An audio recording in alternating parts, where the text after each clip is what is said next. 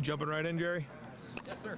All right. Ryan, Denzel said in the spring, basically natty or bust. Other people kind of made that similar comments.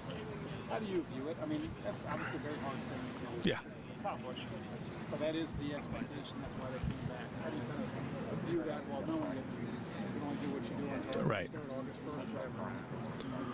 Well, I think we're all excited about the opportunity, and we all see what could be, but we also know that, you know, that's kind of wasted energy at this point. You know, we got to maximize, you know, the preseason. But at the same time, you know, you do. I mean, you get excited about this team. You know what's possible, and there's a reason why, you know, these guys decided to come back and forego their opportunity in the NFL, and that's to go do exactly that. And that's okay. I mean, these guys are proud and they're competitive and they want it and they think big, and that's the way it should be. But at some point, we got to get back to work and you know, focus on what matters. Has this team done everything from the end of spring practice until now to make that a possibility? Has everything been smooth? Yeah, I would say they've done that and some. Yeah, they've there's a great energy around this team. You know, they know what they want. There's an urgency, there's a purpose, and you know, they've come together. You can just see it. You know, we don't want to create distractions for this team. We want them to continue to focus on what matters. But you can just feel it when you're around the guys. You know, and you guys who have spent some time with our players, you guys can feel it. It's real. So, what does all that mean? I mean, we got to earn everything we get next year. Nothing's going to be given to us. And so, you know, that's going to start August 1st from transition from the summer to the preseason, and here we go. Ryan, I might have missed it. Did you name your starting quarterback today yet? I did not, Tim. How close is that competition? Can you, I mean, just going into camp? Well, I think going into the spring you had Lincoln and you had Devin, who really only ones that really knew the offense. So we wanted to kind of get through the spring, see what that looked like, go through the summer, and now, you know, the first 2 weeks of preseason, I think we'll have a better idea of kind of where everybody is based on their knowledge of the offense. But some guys have really stepped up in the summer, and you know, whether it's leadership, it's, you know, there's a lot of different things you can evaluate the summer, but it's got to come down to what happens on the field. In Will's experience as a starter, I mean, that weighs heavily too, doesn't it? I mean, in fact, he's been a starter for a couple of seasons before. I mean, it's there for sure. Yeah, I mean, he's, you know, an older guy and he's played a lot of football, so you know, that's something that we, you know, we watched and we evaluated. We brought him in, so experience does matter. Ryan, sometimes as freshmen you can start to temper expectations around this time of year after spring. Right. But with Jeremiah, how do you balance that between understanding he's a freshman, but also understanding he's not really a typical freshman? Yeah. Again, I'm trying not to go down you know, the road too long with him. It's easy to see how talented he is. I think the thing you already recognize, though, is that he's really good at the no talent things as well. But I'm going to hold off comments until he plays his first snap at Ohio State, and we'll go from there. Denzel mentioned that he said he probably doesn't even pay attention to social media stuff because he's working all the time. I guess when you hear about the stories in the offseason with them, is that unlike any other freshman you've coached before? I mean, we've had some talented guys before, but you know, he's right up there. Yeah, he is, and again, I like you said, I don't think our guys are too tied into, you know, some of that stuff. You know, they're kind of focused on what they're focused on, and but it's going to be exciting to see him play. Ryan. For most coaches, you probably feel to have a coach that has a 39-3 conference record, but like you mentioned, with that Ohio State expectations are very different. How much of those 3 losses against Michigan mean more for you?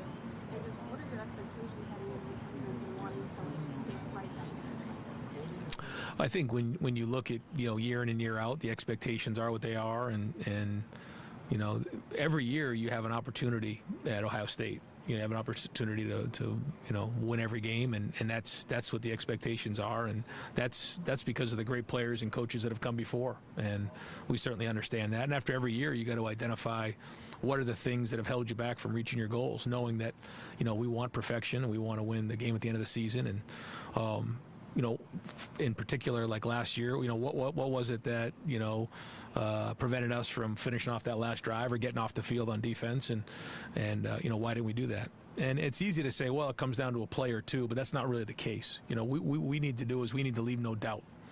No doubt. Don't leave it to one play. Don't leave it to one call. Don't leave it to one stop.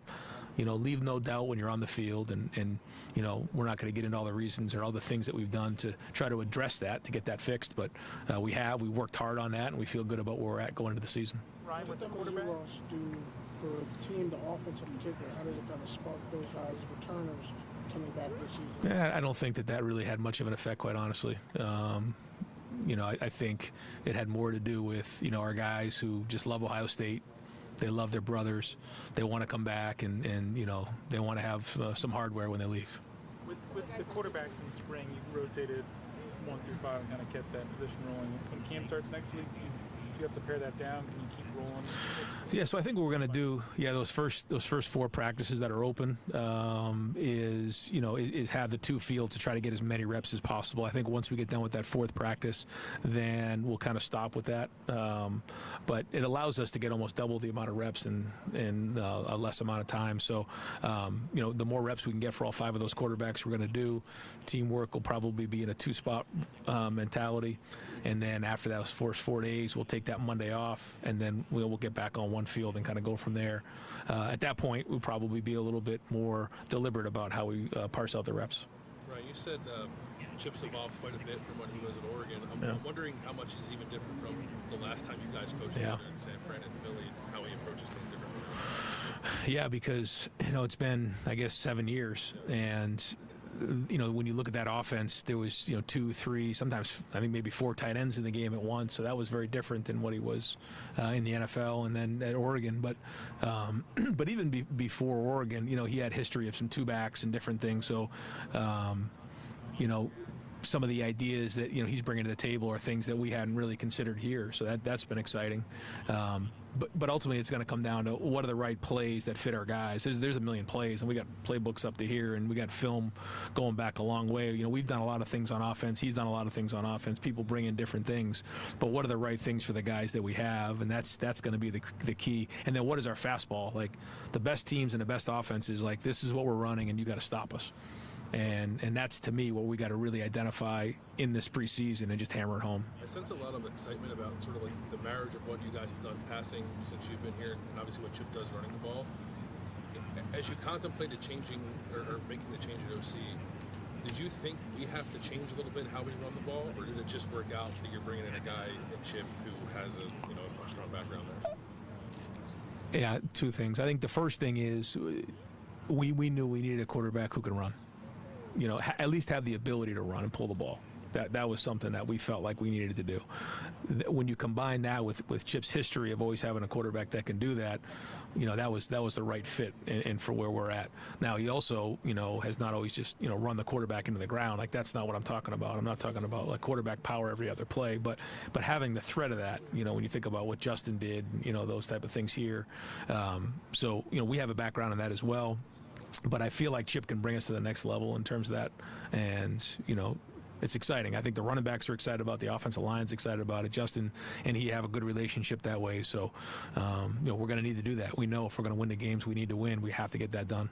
You mentioned wanting hardware. You're saying like you're not going to run QB power at the same time, obviously. But are you more talking about, just for an example, what CJ was in Georgia, where That's right. he extend That's right. You're not necessarily going to run a bunch of designed runs for the guy, but he has to be able to do that. If there's pass rushing in the space, to be able to do that. Is that what you're talking Yeah, that's right. And when you have a room of 5 quarterbacks, you can be a little bit more aggressive with that than maybe with CJ when we were a lot lighter in that room. So I think all that comes into play. You mentioned that Chip Kelly. I just want to know how that relationship has evolved. Yeah, it goes back to growing up in our hometown and playing for him, and then also coaching for him when he was in the NFL, and then getting our relationship has always been strong. We lived right near each other for a few years, right after COVID, and his wife and my wife are very close, and my kids know him. I almost treat him like an uncle. So that matters when you're talking about trust. You mentioned that hardware in the spring you wanted. What are your thoughts on the new expanded playoff format? I think it's exciting for college football. I think when you get into December, it's going to be great to see, more teams alive. I think November is going to be exciting because more teams will have the opportunity to be alive. So it's going to bring a whole different element to college football. I think it's really, really exciting. I'm fired up about it. I think that, it's going to be very different. You're not going to have a whole month to prepare for games. The games are going to come faster. They're going to hit faster. Your depth is going to be important. Your fundamentals are going to be important. So it's going to be exciting to watch. It's going to be exciting to watch, some teams, host home games, in their home spots in December.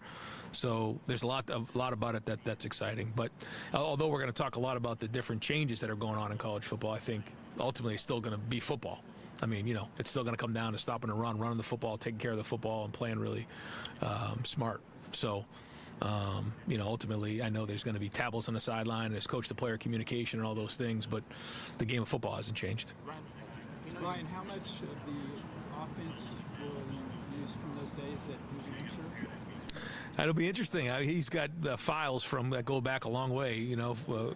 Yeah. I mean, maybe there'll be some things that get popped out, and if it is, we'll have to figure out how we can match it up to what it looked like. It'll look a lot different when it's our quarterbacks running it. Certainly than when I ran it, but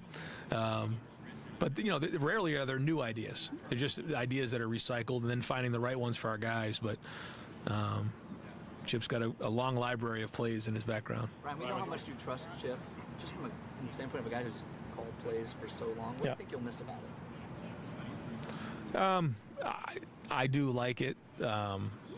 Just the competitiveness of it and game planning and, the thrill of scoring a touchdown after putting all the work in and all the, when you come up with a play, then you have to install it, then you have to practice it, then you have to go through all the contingency plans, and you have to call it in the right moment. I mean, there's a lot that leads up to it, all the preparation, and it's exhilarating when it gets done. There's that feel. Generally speaking, I've been asking a bunch of coaches this today.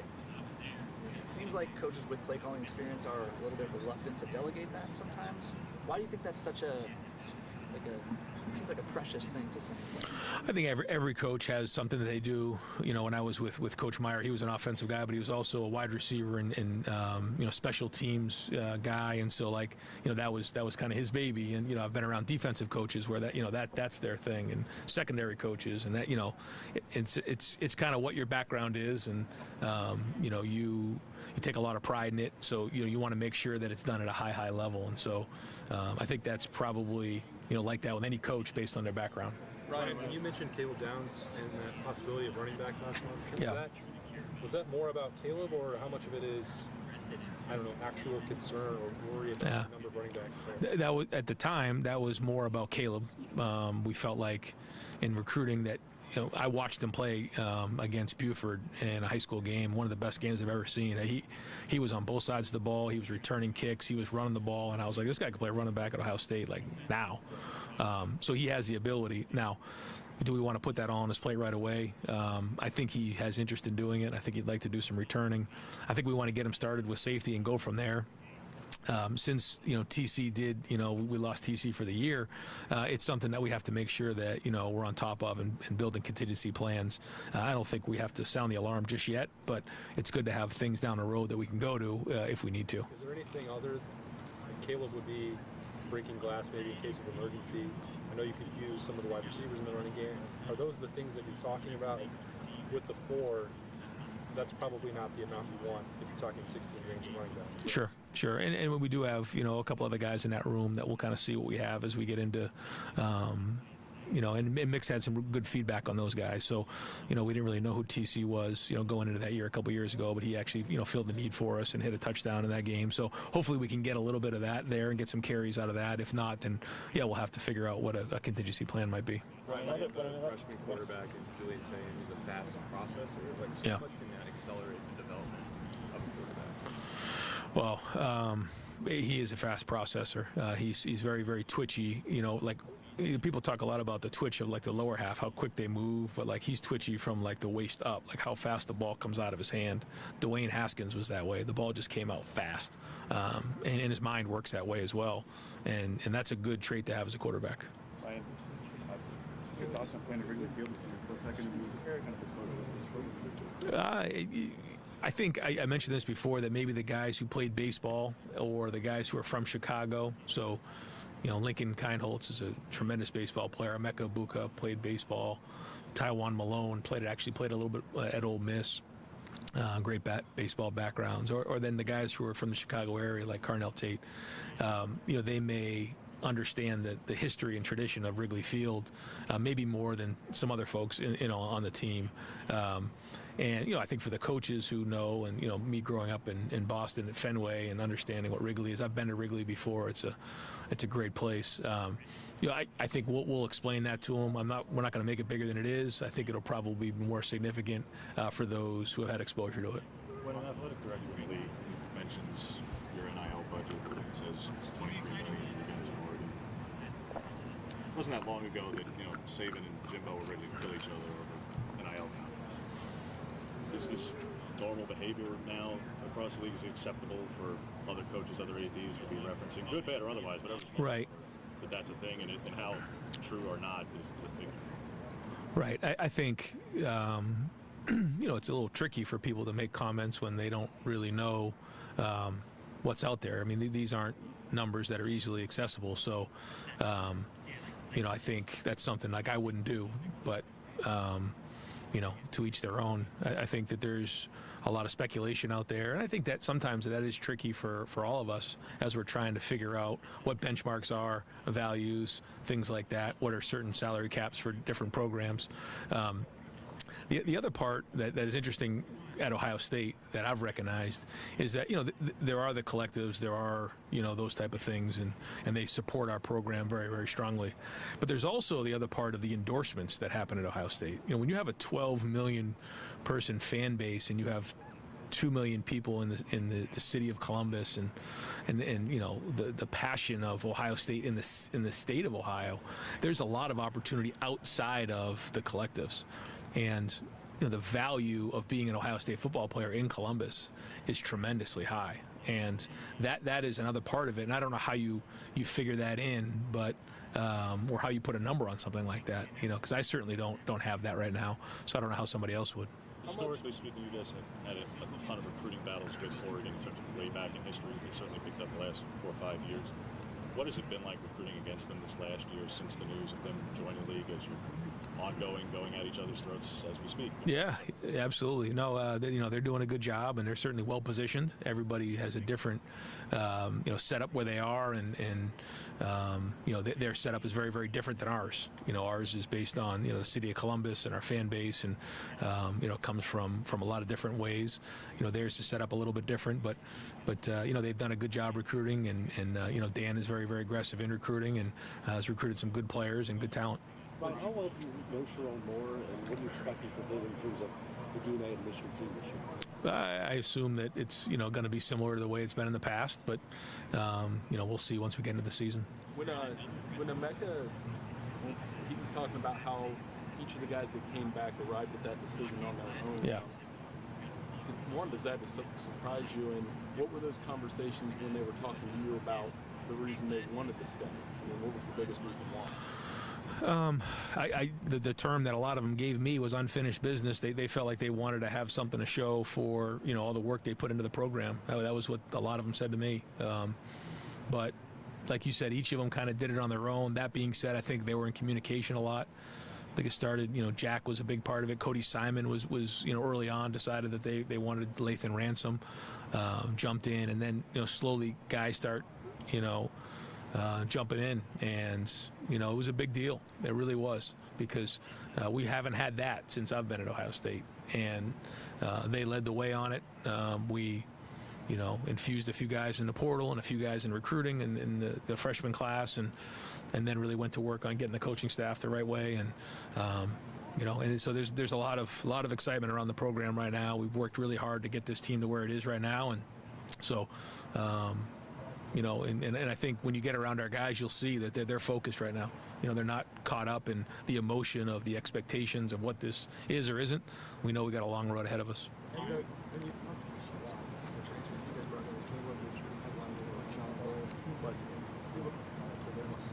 What has he meant for you guys so far? And have you seen him kind of take on that leadership role that you're going to be in the center, in the middle of the office? He gives a veteran experience that is I think calming to the guys up front. I think he's gaining his voice more and more every day. we said this before, you don't just jump in at Ohio State and start, barking at people, but he is, and we're going to need him to. He's the center. So, Carson's going to play some center as well. We're still going to see how that all shakes out coming out of the preseason. But, when Seth's in there, he's got to have a voice in there, and so does Carson. But Carson's going to play some guard as well, and that's exciting to see. I think they both had really good off seasons. It's been fun to see and get some feedback from Seth on just how the off season's been different here than when he was at Alabama. And but no, having somebody his not only his experience but his maturity and the amount of games he's played, is great. I think it is calming for everybody on offense. What do you think, Ryan? 2 years ago, you had a very good second team. Last year, not Carson, but more. Do you think that you guys miss having like a veteran center in the middle there to be able to guard up its orders? And you feel like you really gained something in the second? I think it was a tough ask at times for Carson. I thought he did a great job of going in there and battling his tail off. Probably was in there a half a season too early. Like you said, if Luke was there, then he wouldn't have been in that situation unless maybe Luke comes in and gets hurt. But I thought Carson, for where he was at in his career, to go in there and battle the way he did, he's going to have a great career at Ohio State. And but that doesn't mean that it was easy for him. And when you lose a veteran guy like that, it isn't easy to replace. But having that year under his belt is going to really pay off for Carson. And he fought every day. Every day, I give him credit. He kept going back. And was it always perfect? No. But now he's changed his body. He's a whole nother year under his belt, and I'm fired up to see what he looks like here. Yeah. Have you seen anything different from him this offseason when it comes to being those guys that show? Yeah, I think he has always been a leader. He's always had an approach where he walks in a room and he demands respect. He's got an old soul, but you also have to have a voice. And he's finding that voice. He's had some opportunities this summer to speak up and call guys out. He's done that. He's going to have to do that more. Ryan, when you have a backfield as talented as yours with two guys who've both been number one running backs in the past, how are you and Chip going to decide which guy you want on the field as the season progresses? Yeah, Coach Locke is going to be ultimately responsible for how that rotation goes. But both guys are going to play. Both guys are going to play a lot, and they're going to have a lot of carries. You expect to have obviously y'all have you practiced on the field a little bit, but has he brought what you wanted him to bring, that running back coach? Coach Locke. Yeah. It's been great in a short period of time to watch his passion for the game. He's a tough guy.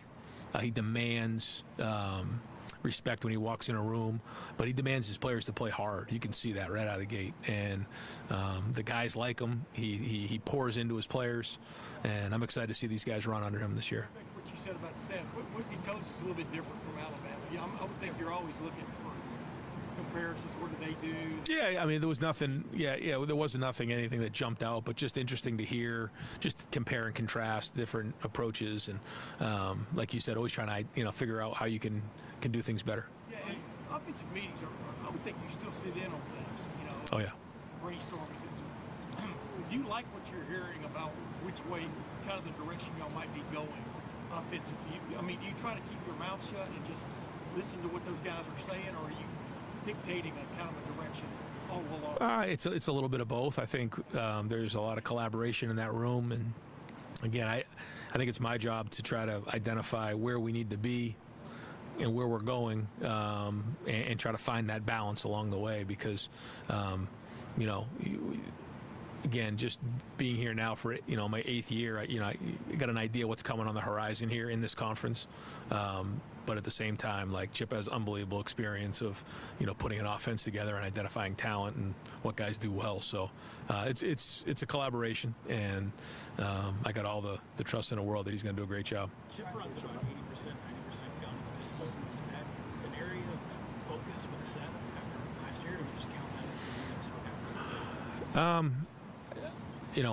We'll have to see how the season goes. We have not seen anything like that in practice. And so we'll kind of go from there. We will be under center some this year, but I don't know what the percentage will be, but we'll mix it up. Ryan, here is with the playoff expanding, you're looking at the potential for a 17-game season. Do you have to make any adjustments later in the year, keeping guys fresh? I think we're all trying to figure that out, what that looks like. But certainly depth is going to be critical. But it's not going to change how we work every day. We know what we need to get done.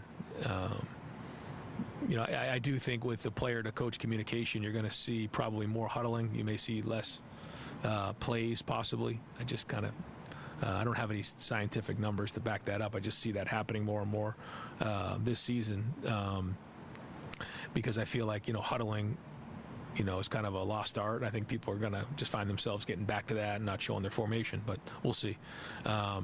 So that'll be part of it. But I also just, playing depth is going to be important, keeping guys fresh. We're going to have to figure out how that all looks. But we know we need to be playing our best football at the end of the season, and we have to finish strong. How would the players talk a lot about? How would the helmet communication dictate huddling? What's the correlation? Well, when you have, the earpiece in your helmet, you can get the call over from the sideline. And typically when that happens, you're either kind of in a muddle huddle or you're in a huddle as the quarterback, can bark out the play. And now you don't have to find yourself signaling plays from the sideline. Ryan, you played Iowa and Oregon back-to-back. Does the speed of Iowa's offense, does that affect how you prepare for Oregon, trying to replicate game speed with Saturdays? I mean, I got all the respect in the world for Iowa. I think they do a great job, and I think Kirk is one of the best coaches in college football, and that's going to be all we can do to win that game. Hey, Ryan, Chris, this third year of Jim Knowles, obviously last year was a major step forward. What do you expect? Well, I think if we're looking at statistics, we're looking at the wrong thing. I think those guys on defense want to come back, be the best defense in the country, but want to win.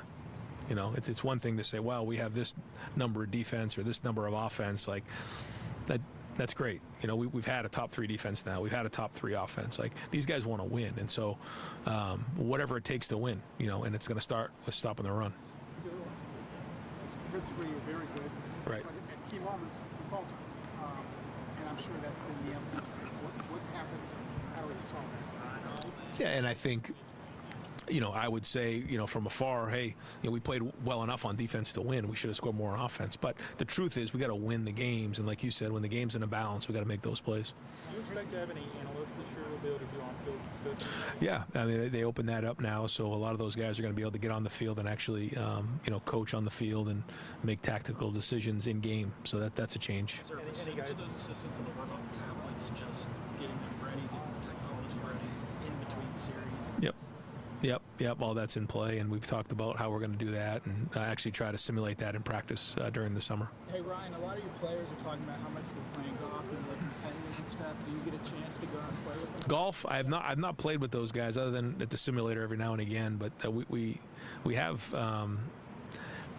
for our players in the city of Columbus, like they don't, they get out a little bit, but they're at their place, they're at the facility, and they need some things to do. And golf has really been great for them. And we have some great golf courses in Columbus. And what's your handicap? me, I'm a 12, but I've only played once all summer. So. You mentioned Emeka's old son. He told us he's a 6-handed. Can you verify? Yes, he is. No, and he's probably sandbagging at a 6. So I'd be careful with him at a 6.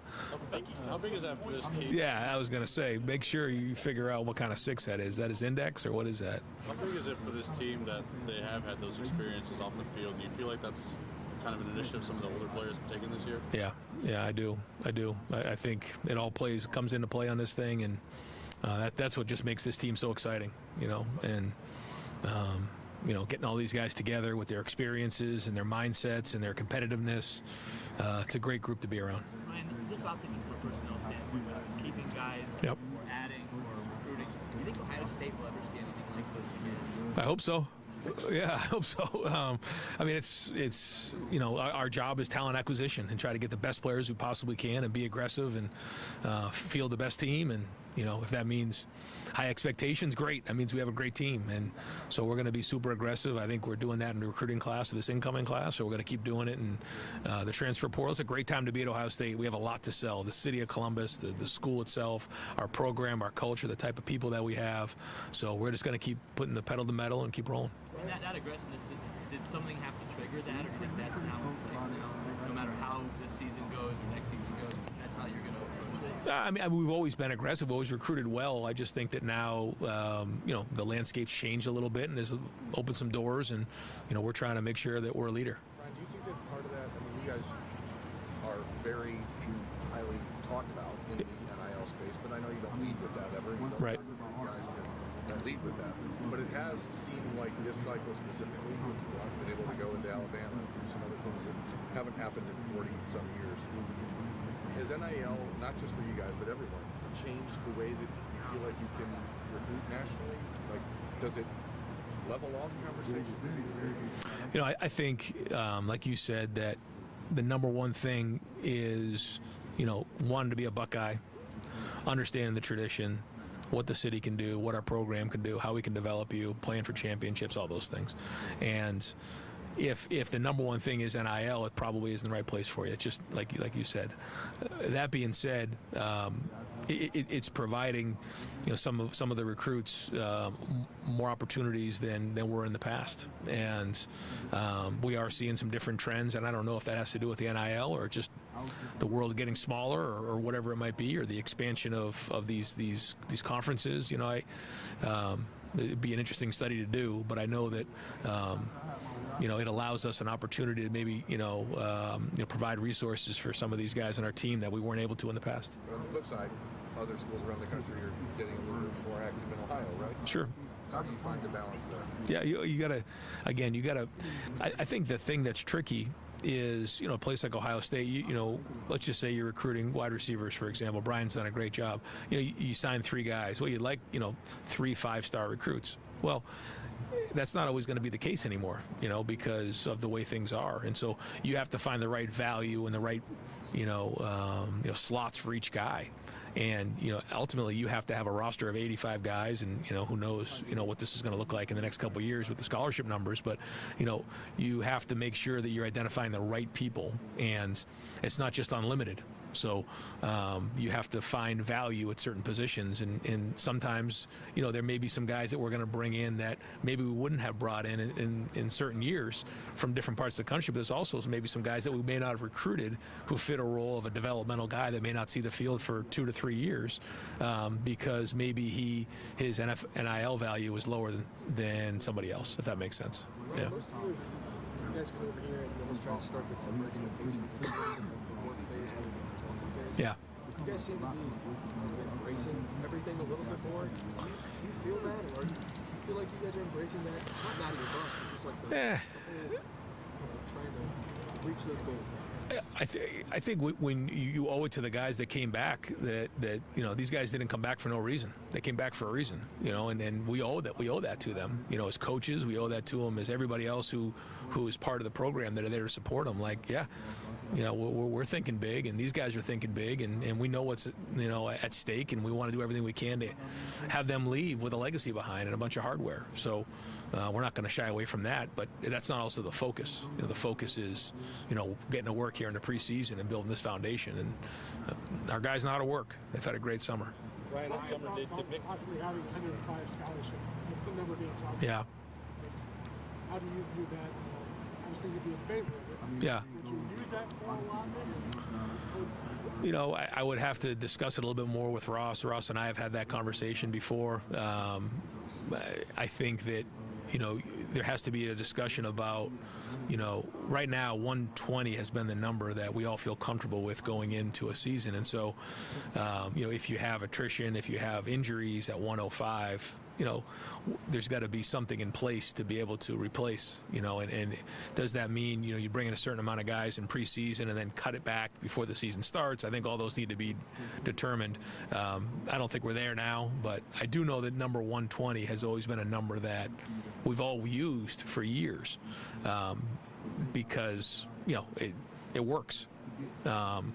Guys have been higher, some guys have been lower, but ultimately that's kind of been the number we've circled around. So to go to 105, we'd have to make some adjustments. You mentioned Mecca not seeing the best of him last year. What is the best of Mecca? Well, healthy is really what I meant. Yeah. On the field, what was that? Well, Mecca can do so many things. I always said, what's the, I don't know what the question is, but the answer was a Mecca. Whether it was punt return, he could catch a handoff. He could throw a bubble. He could block. He could run a deep route. I mean, there's not much Emeka can't do. You think about him as an athlete too. I mean, he's a baseball player. He's a really good golfer. His dad was a tennis player. He played tennis. I mean, he can do a lot of things. He can do a lot of things as a player. And when I think about Emeka, I think about someone who's just strong. He's strong as a player. He's strong mentally. He's strong in his faith. And he's somebody that's a warrior and somebody that we're going to count on this year in big spots. Can you go back to those summer workouts? Alabama transfers a couple times. I'm curious how quickly after maybe getting that text word that Nick Saban's retiring, did you just kind of start going into action mode that some of these guys go into the portal, we're going to go after pretty hard? Yeah, I don't remember the time frame on it all, and when guys entered the portal and didn't enter the portal, and all that stuff. But all three of those guys, I think the timing was different. Seth, I think, was a little bit earlier than all the other guys because we had a little bit of a hole there. The Julian thing was really kind of late, and how that all played out. But very, very happy he's part of the program. He's got a bright future ahead of him. But very, very unique situation. That was kind of one of those things that we didn't see coming at all. But certainly glad it worked out and didn't plan for.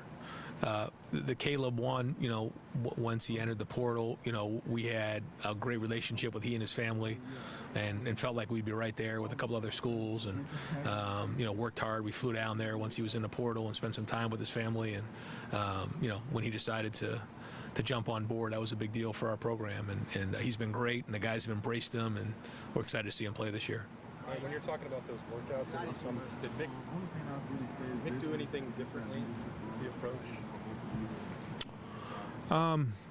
No, I mean, it's the same thing. Like, what are the things that have worked, and what are the things we got to tweak to get better? But there's a great ramp up going on right now on how we do this. It's very, very well thought out that Mick has about these workouts that are going on these last couple weeks and leading into the preseason camp, on the amount of running that we're doing, that how much stress is actually being put on the lower half with a certain amount of weights to simulate what the first few days of practice are, because we know those first few days of practice can be touch and go. So I think we've done a really good job of preparing our guys to be healthy, to have a good week of practice, but it's been more about the team, the leadership. Every day there's an effort grade. Every day in the entire group there's an effort grade, and that gets sent out to the coaches. They get it, I see it, and the leaders are a big part of that, and that's a big commitment by him and his staff to do that every single day, and to rate every single one of our guys and send it out and hold these guys accountable. So it's been a great summer, and Mick and his staff have been excellent. We don't know about Jeremiah. Who are a couple of other freshmen they really could make an impact? Oh, we do this and then I forget people. Obviously the two running backs are going to have to play. They're going to have to play. They're going to get in games and get carries. Milan and Demarion Witten just got there. So when you get there in the summer, you're a little bit behind. So they get some ground to cover. It's hard for offensive linemen to make a major impact early on defense. Edric Houston has probably flashed the most, but we're pretty deep at defensive end. Jalen McClain has done a nice job, and so he'll see some time this season for sure. Who am I forgetting? Aaron Scott. Yeah, Aaron Scott had, really as the spring went on, he flashed more and more. He's had a good summer. Bryce West was injured, so I haven't really seen him do a whole bunch, but we'll kind of see what we got there. Both the young linebackers, we'll see, huh? Yeah, so the punter, that's going to be a battle that goes into, probably the third week, to see, if Nick can win the job, and he's got got 3 or 4 guys in there that are going to be in the mix. He's got a big leg. He's young, so we'll kind of see. We got another guy with some experience coming in. So, but those guys are important. So we'll kind of see what that looks like. You always mentioned the turnover battle. Yeah. Defense as it was last year, only 11 takeaways. Do you need to be more aggressive? Is that all you got to do? Maybe in certain spots. Yeah, maybe in certain spots, but ultimately, we got to just figure out a way to win the game, and if that means, mixing something up at certain points, we'll do that. But it's usually not just one thing. You mentioned coming out of the spring, making that right side of the offensive line is where there's maybe more question marks there in the summer months. For starters, is Josh Bynes still an option at the guard or tackle? And what have you seen from Luke and Tegra versus everybody else in that mix? Yeah, I would say he's an option, but right now he's our right tackle. Yeah, it looks like based on the summer that he's had, that he'll be our right tackle going in. And then with Luke and Tegra, Yeah. Yeah, good summers, and Carson, all those guys. Austin Saravell's had a good summer. So got to get him out there and start hitting people. It's just hard to see with offensive linemen until you're actually moving stuff. And so, we'll get a better feel here after we get the pads on.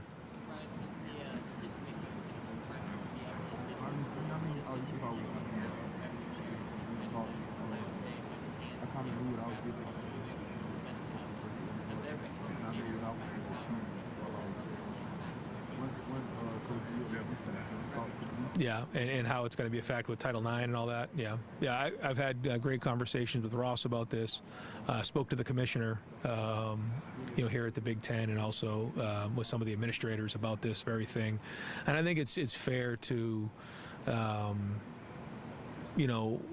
expect uniformity in Title IX when it comes to, the breakdown of revenue sharing. I think it's a great opportunity for our guys, but.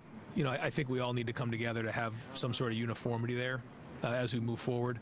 But it certainly is exciting for our players. A couple more minutes, folks.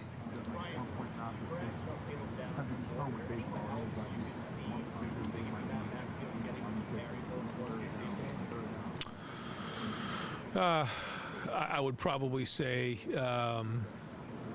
maybe, Brandon Ennis, I guess, would be one that you look at there, and Mecca's carried the ball. I mean, you have to be creative, I guess, if you got that far down the road. Right. You obviously know what you have with Cody, but when it comes to Sonny and CJ, is this the most athletic line?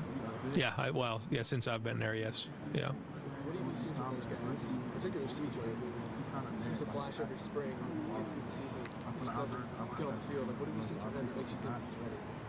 Well, we're going to have to see consistency, but we saw more flashes of him showing up with the ball in the spring. But like you said, I mean, it's got to be consistent, because as a linebacker, you can have 2 or 3 bad plays and that can ruin your whole afternoon. So there's a level of discipline that has to be there. But every year you grow up more and more, you get more and more of those reps. You see things, it slows down for you. I think it's slowing down for CJ. What are some of the guys who are out for spring with injury? Do they expect to be back for camp? Yeah. I mean, the only one right now would be with TC would be the only one that won't be out there. Yes. Yes. Yep. No, we talked about it this week, and he's still going to think about it. We were told that the player-to-coach communication can be used up in the box. Now that we have more flexibility with our coaches being on the headset now with the new rule, that's going to maybe play into it. So he has not decided yet. I'm comfortable with either way, whatever he thinks is best. I do think that maybe, being with having the tablet up in the box is going to be a little bit of a cleaner environment for him to be able to identify what happened in the last series. But we have some good coaches, so we'll allow him to kind of make that decision as we get closer. 2 more questions, folks. Ryan, you still think collectives are going to be Yeah, I do. I still think they're going to be a part of this until there's just more overall structure in terms of a cap and all those things. And I just, until something happens that leads us to think that they aren't going to be a part of this, I see it continuing the way it is right now. What have internal conversations been like with kind of taking maybe that cap Yeah, I mean, that I don't know. And I don't quite understand how they're going to keep an eye on that and really regulate that. I think this is kind of going off on a tangent, but I think the only way to do that is to, hire some sort of third party to enforce that, because, we have enough, challenges and forcing certain things. And so the only way to do that would be to, do it through a third party. And until that conversation comes up, I just don't see how it happens. Remember we were talking a couple years ago here about transfer portal and NIL coming together, perfect storm, etc. As you look back on it now, are you stunned by how quickly things have shifted? How would you describe it? I was actually thinking that, I think it was only a couple years ago when I said, I think maybe in 2 years we'll wake up and not recognize college football. I think I said that right here. I was thinking about that earlier. So I don't think we're that far off. You think about where it was a couple years ago and where it is right now. If someone were to say that, you'd be like, well, the playoffs, the expansion, all those different things, and now what's going on, some of the caps that are going on and what some of these guys are making, it's just very different. Is it for the better? What is your take on it?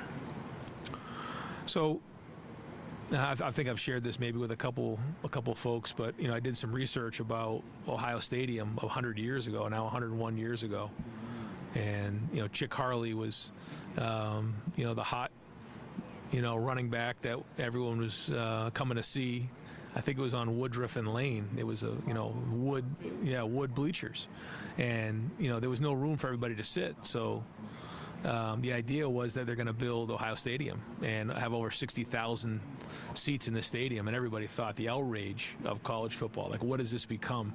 It's out of control, and so this, they didn't raise money from the city, they didn't raise money from the state, they didn't raise money from the university, they raised it from the community, and the community raised the money to build Ohio Stadium, and it brought people together.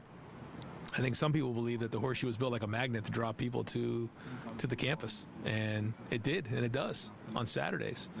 And 100 years later, I feel like we're somewhat in the same situation, different. People trying to figure out where college football is going, but the community surrounded the program to get it to where it needs to be. And we'll be in there 8 weekends and a Saturday coming together again to try to cheer on the Buckeyes, but trying not to get too far out in front of it with the outrage and what is it bad for football or not. I think that the opportunity these guys are getting and the marketability of our guys in Columbus, as you guys have seen, is tremendous, and it's real. So that's been exciting to see. Not having the structure that we'd all like to see is frustrating at times, but we'll just keep managing it, keep trying to be aggressive, keep putting our best team we can out there, and then go back to coaching football. Last question, Heather Dennis. I was wondering if your perception of conference championship games has changed in the development because it's a gamble. If you Right. lose the game, that's where you have to play 17 games to win the national title. Do you look at it any differently? Talking to Tony, he's brought this up before and what that means, and should there be some conversation about what that means on that weekend, and I won't get into all the conversation that's been had, but I think it's a great question and a great point. I just think that we all know how important it is to win the conference, and I think what that's meant to college football in the tradition of college football, and playing in this stadium and the electricity of that weekend, and what it means to win the conference, especially having 18 teams now. It just means so much, and to take that away would be a challenge. Now, when you look at it practically from a wider lens of the playoffs and everything, I can see the argument on both sides, but until then, I'd like to play for the Big Ten championship and win the Big Ten championship. That's just that experience you can't replicate, and it's one of those things that you don't forget, and it's an experience that I think our guys deserve to play. Yeah, so I haven't played it, but I coach it. So RJ plays it, and I tell him what to run. Imagine not in it. What's that? You want to be in it next year? I'm a little disappointed I'm not in it. I'd like to be in it. Coach, thank you very much. All right, guys, thanks.